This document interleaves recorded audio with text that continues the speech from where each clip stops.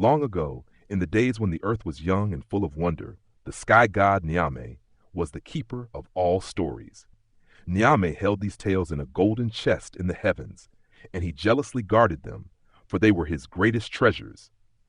Down on earth, men and women lived their lives without the sweetness of storytelling to guide or amuse them. They knew no legends, no myths, no riddles to share around the evening fires.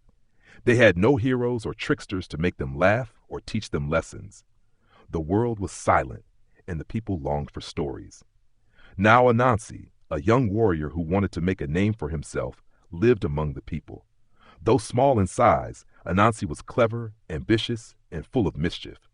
He had a heart filled with a deep yearning to possess the stories for himself and to share them with the world. One bright morning, Anansi threw a long rope stretching from earth to the sky, climbing it until he reached Nyame's heavenly domain. When Anansi arrived, Nyame greeted him with a booming voice. "What brings you to my kingdom, Anansi? What business does an obscure warrior like you have with the great sky god?" Anansi bowed low and greeted Nyame. "O mighty Nyame, keeper of the stories, I have come to request a great favor. I desire to own the stories of the world so that I may share them with the people of the earth. Will you grant me this gift?" Anansi said. Nyame laughed, a deep rumbling sound that echoed across the heavens. "You, Anansi? A warrior like you? These stories are precious, and they are mine. If you wish to have them, you must prove yourself worthy. Bring me 3 things I desire most. Onini, the great python who lives in the forest. Osebo, the fierce leopard with teeth like spears, and a swarm of Mmoboro, the deadly hornets. Only then will I give you the stories." Before Anansi, many great warriors and famous warlords from around the world had tried to complete this task, but none of them ever succeeded, and some even lost their lives when trying. But this didn't stop Anansi. His eyes gleamed with determination. "It shall be done, great Nyame. I will return with what you asked for," Anansi said. And so Anansi descended to earth, his mind racing with plans to accomplish the impossible. Capturing Onini the great python. Anansi's first task was to capture Onini the python, whose body was as long as a river and whose hiss was as sharp as the wind through the trees. Anansi walked through the forest until he found Onini basking in the sunlight, his gleaming scales shimmering like liquid gold. "Good day, Onini," Anansi said, his voice full of false concern. "I need your help with a matter that has been troubling me." Onini lifted his massive head and looked at Anansi with narrowed eyes. "What troubles you, Anansi?" "It is this," Anansi said, pretending to be distressed. "My wife and I had an argument. She claims you are longer than the branch of a palm tree, but I disagree. I believe the branch is longer. Would you help me settle this dispute?" Onini, proud of his immense size, was intrigued. "Very well.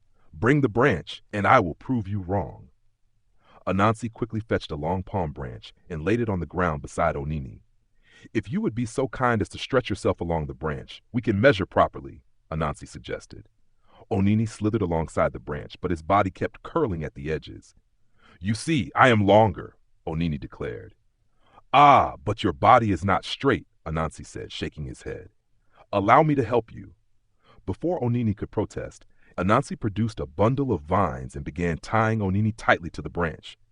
"This is just to keep you straight," Anansi said reassuringly. Onini, proud and unsuspecting, allowed it. Once Onini was fully bound and unable to move, Anansi grinned. "Thank you, Onini. You've made this so much easier for me." With that, Anansi hoisted the bound python onto his back and carried him to Nyame, outwitting Osebo, the leopard. Next, Anansi set out to capture Osebo, the leopard, whose golden coat was dappled with black spots like the shadows of the night. Osebo was a fearsome hunter, and his roar sent shivers through the forest. Anansi knew he could not match Osebo's strength, so he relied on his cunning. Anansi dug a deep pit in the ground and covered it with branches and leaves, making it look like solid earth. Then, he waited nearby for his prey to come. When night fell, Osebo came prowling through the forest, his sharp eyes scanning for prey. As he walked, he stepped onto the hidden trap and fell into the pit with a thunderous crash. Startled and furious, Osebo roared, clawing at the walls of the pit. Anansi approached cautiously, peering down at the trapped leopard. "Oh, mighty Osebo," Anansi said with mock pity. "How unfortunate that you have fallen into this pit, but do not fear. I am here to help you. Osebo growled. "Help me, little man, and I will spare your life." Anansi nodded solemnly. "Of course, Osebo, but you are so large and powerful that I fear I cannot pull you out without a rope. Let me lower one to you." Anansi quickly brought out a strong rope and lowered it into the pit. "Tie this around your body, and I will pull you up," he instructed. Desperate to escape, Osebo complied. As soon as the rope was securely fastened, Anansi pulled with all his might, hoisting Osebo out of the pit. But instead of freeing him, Anansi bound the leopard tightly with his rope. "Outwitting you was no small feat, Osebo," Anansi said with a chuckle. "The villagers shall hear of this." With that, he carried the bound leopard to Nyame. For his final task, Anansi needed to capture a swarm of Mmoboro, the deadly hornets whose stings were feared by all. Anansi walked to the hornets' nest, which hung high in a tree, buzzing with activity. He knew he had to be careful, for even a single sting could be fatal. Anansi filled a large gourd with water and carried it to the base of the tree. He then poured the water over himself and the ground, making it appear as though it were raining. Holding a large leaf over his head like an umbrella, he called up to the hornets. "Oh, noble Mmoboro," Anansi cried. "Have you not heard the news? A great storm is coming, and it will destroy your nest. Quick, take shelter in this gourd, and I will keep you safe." The hornets, fearing the rain, buzzed down from their nest and flew into the gourd one by one. Once they were all inside, Anansi quickly sealed the opening with a cork. "Thank you, Mmoboro," he said with a sly grin. "Your new home is much more convenient for me." With the hornets safely trapped, Anansi carried the gourd to Nyame. When Anansi returned to the heavens, he laid down his last prize, the gourd full of Mmoboro hornets, before Nyame. Nyame was astonished. "You have done the impossible, Anansi," Nyame said, his voice filled with wonder. "You have proven that even unknown men can achieve greatness through cleverness and determination. As promised, the stories of the world are now yours." Nyame opened the golden chest and released the stories, which floated down to the earth like shimmering fireflies. They spread to every corner of the land, filling the hearts and minds of the people with joy and wisdom. From that day on, Anansi became the owner of all stories. People gathered around their fires to share his tales, laughing at his mischief and marveling at his cunning.